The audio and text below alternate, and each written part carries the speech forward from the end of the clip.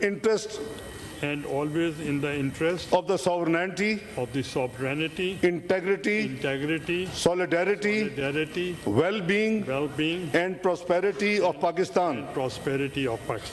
That I will strive to preserve the Islamic ideology, which is the basis for the creation of Pakistan. That I will not allow my personal interest to influence my official conduct or my official decisions. That I will preserve, protect, and defend the Constitution of the Islamic Republic of Pakistan.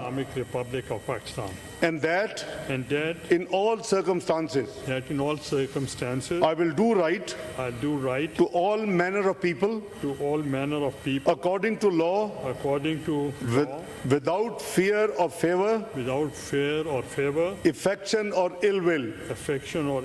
May Allah Almighty help and guide me. Ameen. मुबारक हो जी आप.